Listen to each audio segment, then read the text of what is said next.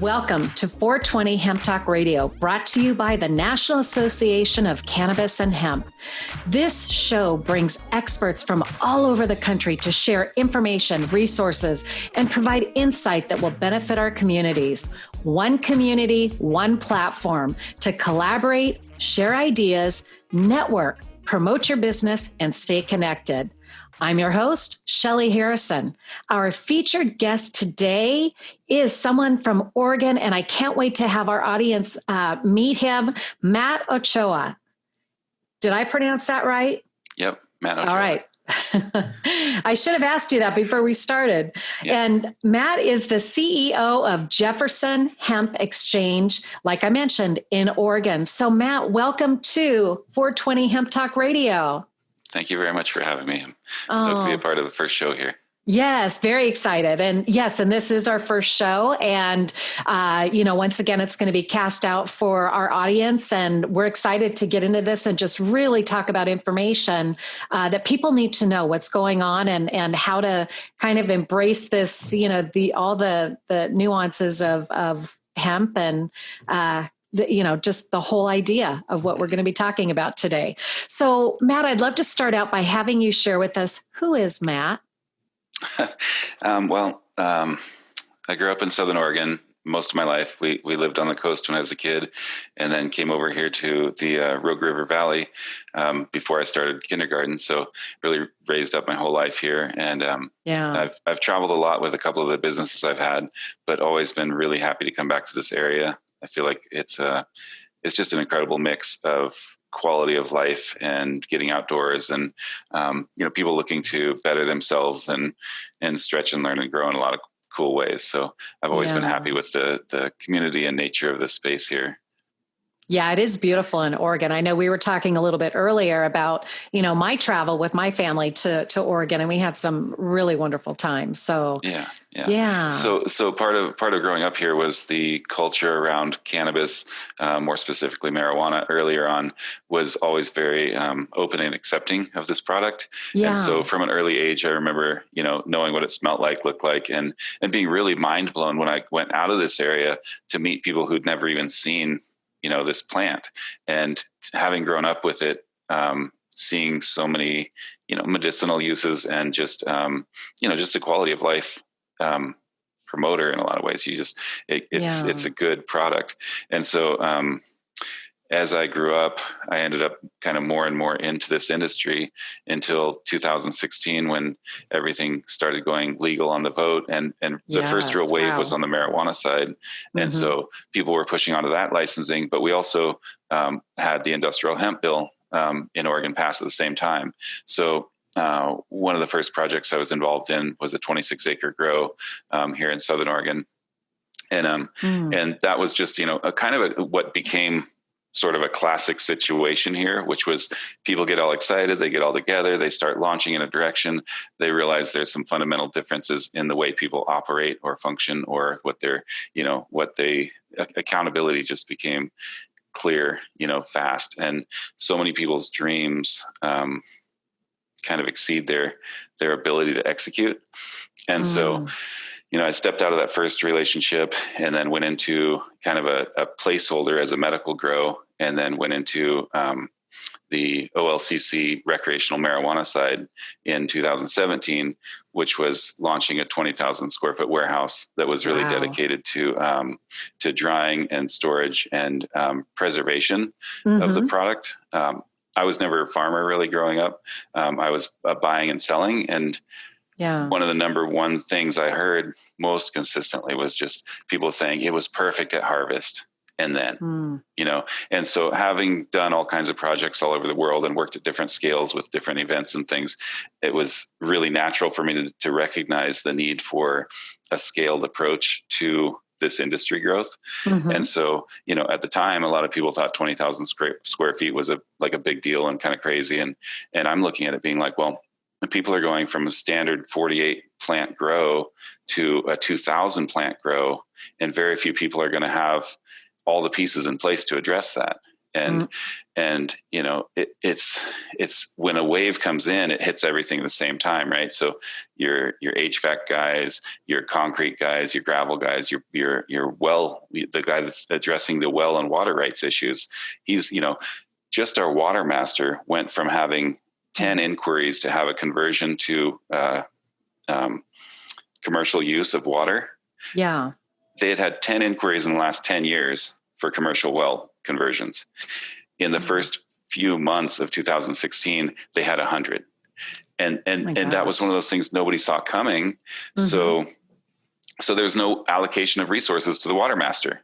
So now all of a sudden you can't get your licensing because you don't have your piece of paper that says you have legal right to use your water commercially.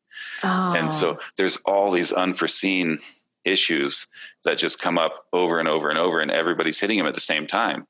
And so everybody's like, oh, all I got to do is, get the dirt, plow the dirt, put the plants in, water them, and I'm a millionaire. Yeah. Super simple. A lot more to it though, right? Yeah. And that's, a lot more. So on my own trajectory was I went to this warehouse deal, and then ran that for 2017 and 2018. And then the end of 2018, the Farm Bill passed, and that was like the next big tsunami wave for the hemp industry. And so we turned a lot of our focus as a business to the hemp side, launched 250,000 square feet of warehouse. So we went 10 times bigger in a single season, and kind of ran into all the same problems there, having all these commitments from investors, and then they don't come through, and then you're stuck scrambling and behind on things that we're supposed to be able to be paid because all these cross commitments.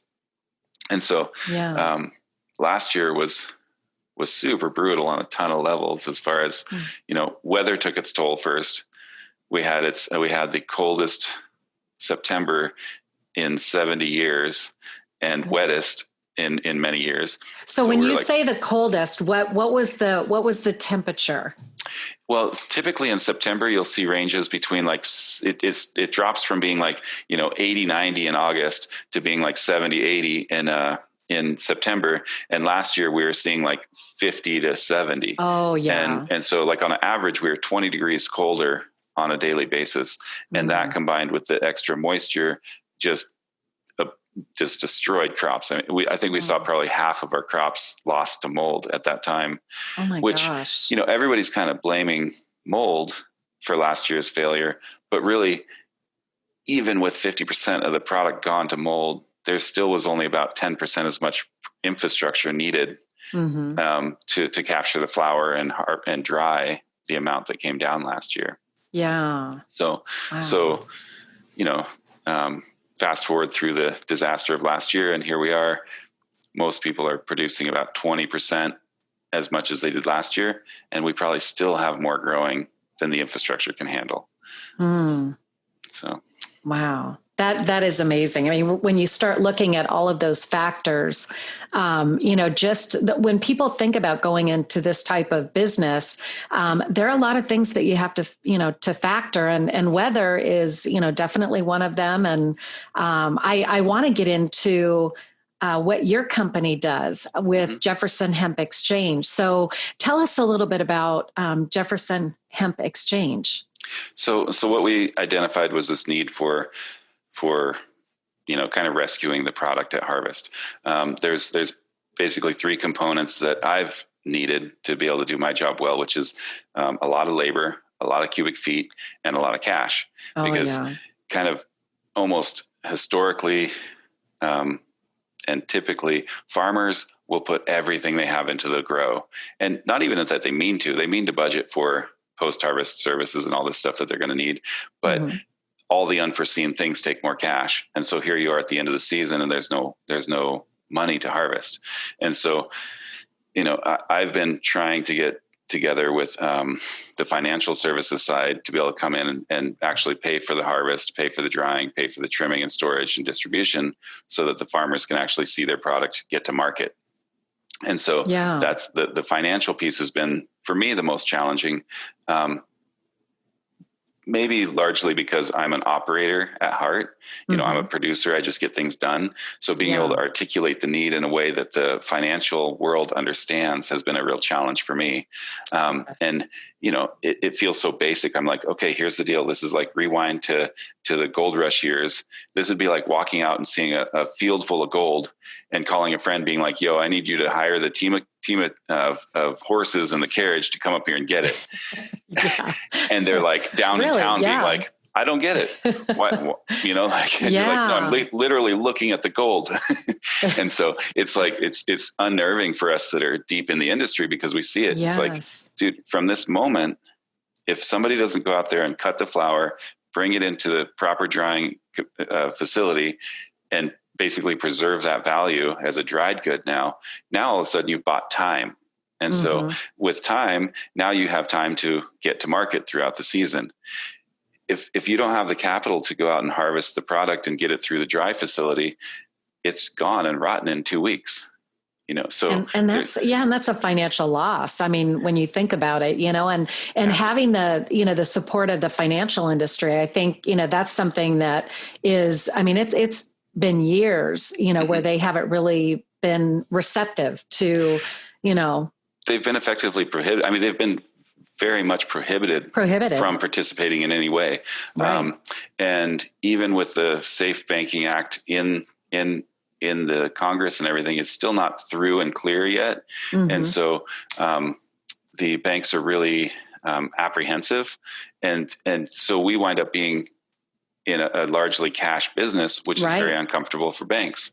And so, it's a real challenge. And even from an investment standpoint, you know, if you tell people, hey, you're going to take this money out of this bank, you're going to put it into this product, and then we're going to get these piles of cash back. They're like, well, what do we do with the piles of cash?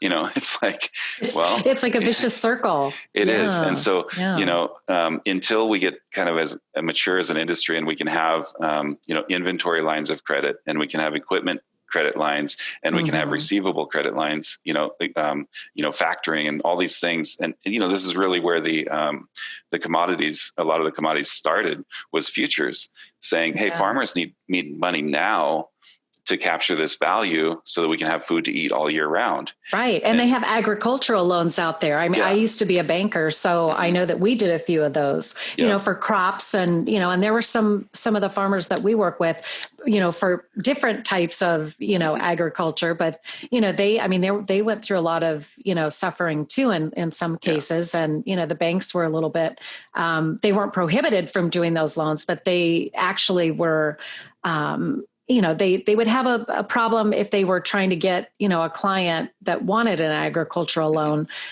where, you know, they might not even make that loan because of, you know, the conditions or the weather or whatever. And also to be able to make a loan, you have to understand the underlying value of the security, right? So like if you're taking a banker and saying, hey, go out to this facility and tell me what our loan to value ratio is and our risk exposure of total loss, they have no idea how to quantify that.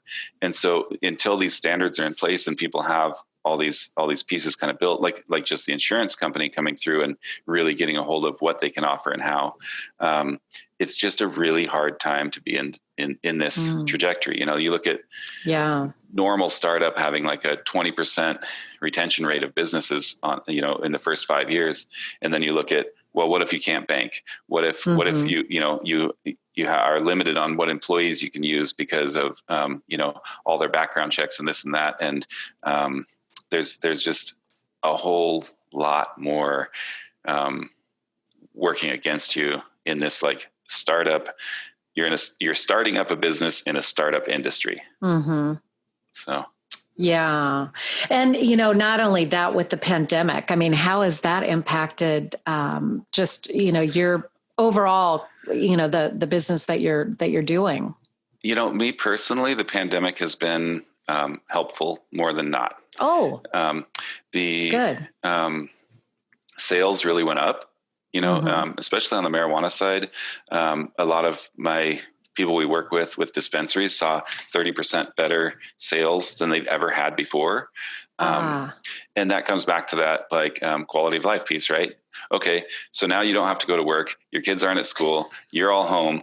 Yeah. What are you going to do? What are you going to do? It's like, might want to relax a little bit. Yeah. so literally relax, right? Yeah. So, and people are having, just time to chill really. And so sales across the board have been way up. The DEA just came back saying, that, they're trying to take a stronger push against smokable flower again. Texas just came out saying that they made smokable flower illegal because they can't differentiate smokable hemp from smokable marijuana. And so, there's all these like fits and starts, you go like, hey, Texas is this great big market that has this big demand. Fantastic. Let's go down there and start opening up these, relationships with distribution hubs and stuff. Next thing you know, boom, overnight you get a message that's shut down. So that's crazy. Yeah. It's really brutal.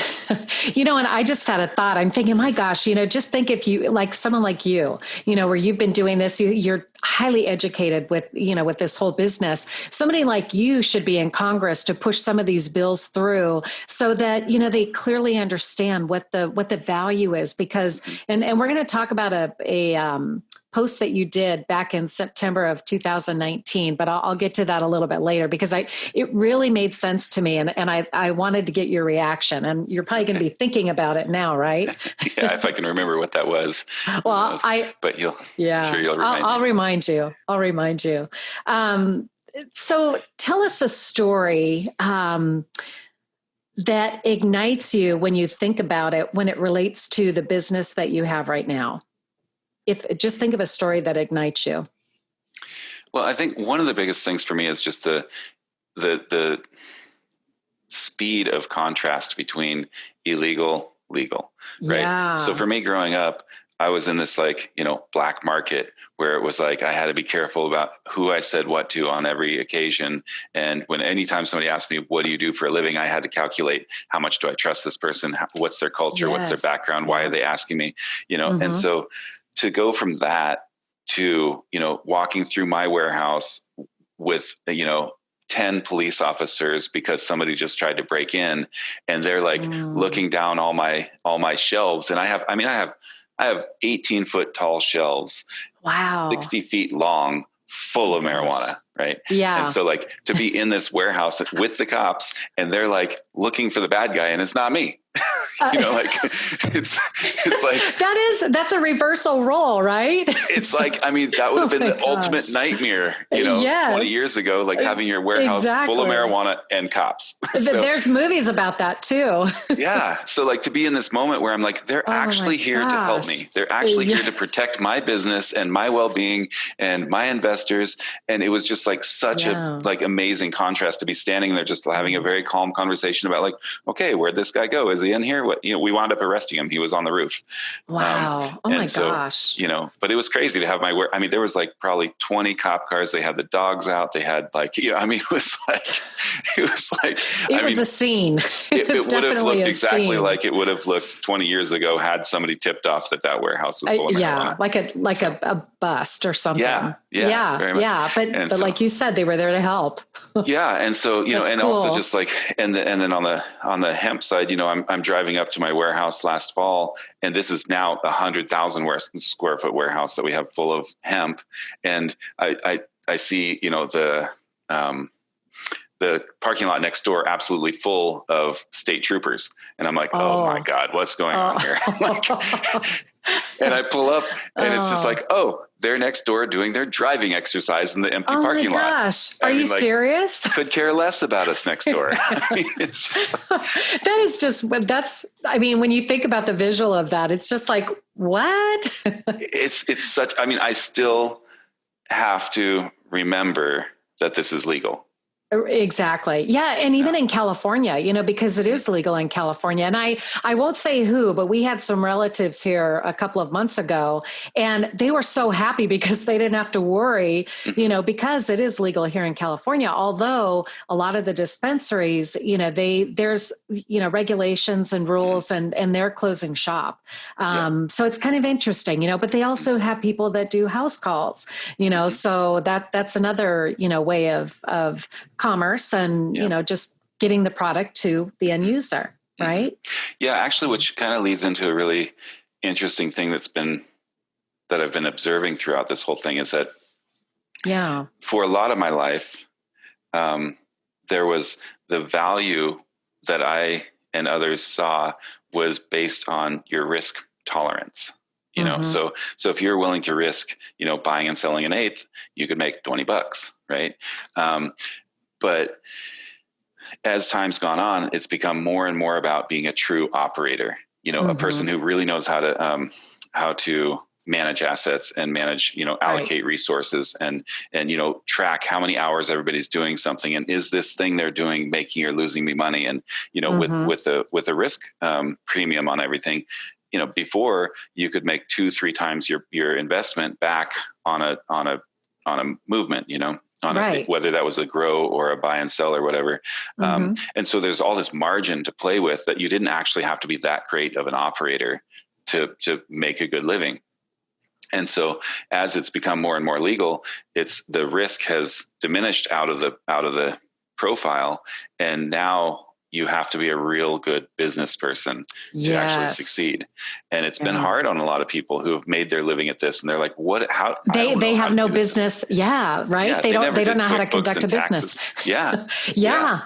So it's like, it's taking a completely different skill set to participate in today's, cannabis. I'll say cannabis because that encompasses marijuana and hemp, but to be in cannabis today is a very different skill set than it was 15 years ago. That's a really good point. And it's a lot due to the laws that are continually changing. Yeah. And that was one of the things that personally surprised me so much was, growing up, there was that handful of people who didn't come from my culture who would be like, oh, you're in the weed industry, you're bad.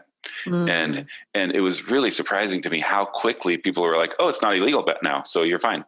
And I was like, all that judgment that I dealt with for all those years. And now like this little piece of paper changed. And so it's interesting to where it's like fundamentally, and in fact, it's the exact same plant doing the exact same thing it always did, but there's now like a different narrative around it. And I think that's one of the biggest things, like when you're saying about, participating in Congress and stuff like that, having people like myself who have lived it throughout the curve of legalization.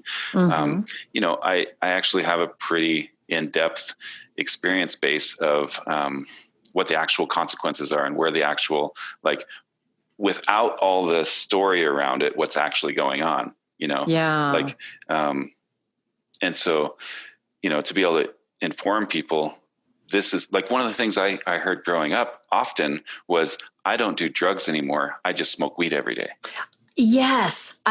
There were people around me that were saying the same thing or Yeah. And so I saw it more of this, it's like, self-medicating, self-maintaining, medicine as often as kids just being like, oh, I smoke weed because it's fun. It's like, wow, how great. It's both.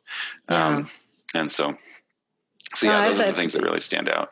No, those are great insights and the way that you're thinking and just, really helping our audience, because there are probably people out there that want to get into this business and they don't know really the reality of it. I mean, really anybody that goes into business, and I think you'll agree with this, Matt. I'm even thinking of myself, owning my own company. I had to have that management piece, like what you mentioned, the QuickBooks and, systems and all of these things are essential in every single business, including a hemp business. Yeah, absolutely. Yeah. Absolutely. So what differentiates your wholesale business to other wholesale businesses in this industry? We provide services more so than transactions. And so it actually kind of was born out of the framework of the Oregon laws. So around marijuana, actually. So in marijuana law, they allowed an unlimited amount of OLCC, Oregon Liquor Control licenses, marijuana licenses. Yeah. And so you got, 300 dispensaries, 300, or actually more like 2,000 farms. I think we're up to like 700 or 900 dispensaries in the state. Wow. And the way that it shook out was that there was 10 times more production than consumption in Oregon. And so, that's actually always been the case. We're an export state. So Oregon has a very small buyer base, and we export product across the country. And so when they did this, it was like, if you wanted to play legal, you were stuck within this legal framework, which was the Oregon license to license transfers. And so I saw that and I was like, well, I want to operate at scale, but I don't know that I want to compete in a 10-to-1 seller to buyer environment. Right. Yeah. And so you really I was like, think about that. Yeah. And so I was like, man, I don't want to be another guy knocking on the door of a dispensary with another 100 pounds that guy couldn't give a damn about. And so what I saw was, I was like, okay, well, if we flip to a service model, I can service 2-3 times as much volume as the state can consume.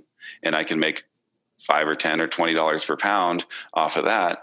And then it goes back to the farmer, and it's their responsibility to find a buyer and to, find a channel for it, or to turn it into something that's sellable, And so, for me, it was always about how do I get positioned for interstate and international distribution? Because that's my dream, is the moment where I'm getting to ship, containers of product to Amsterdam and to Africa and to Germany and to, I want to be shipping Southern Oregon product to the world.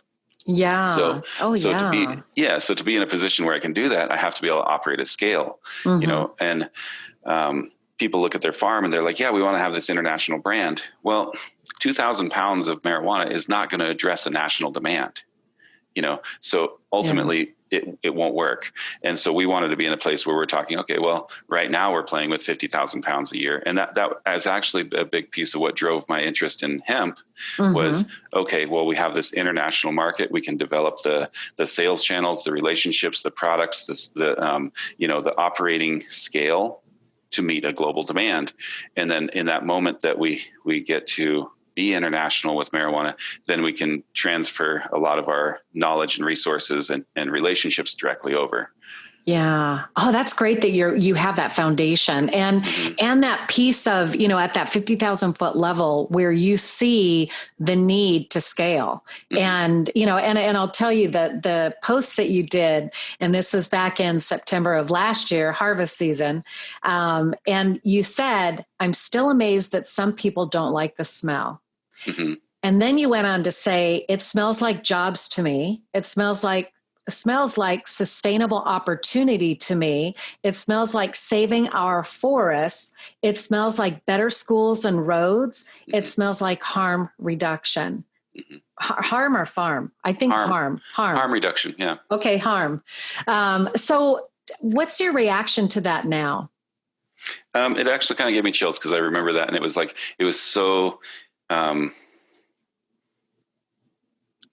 it just blows my mind, to feel this, because also I grew up with it, I grew up with this thing is wrong, it's bad, and I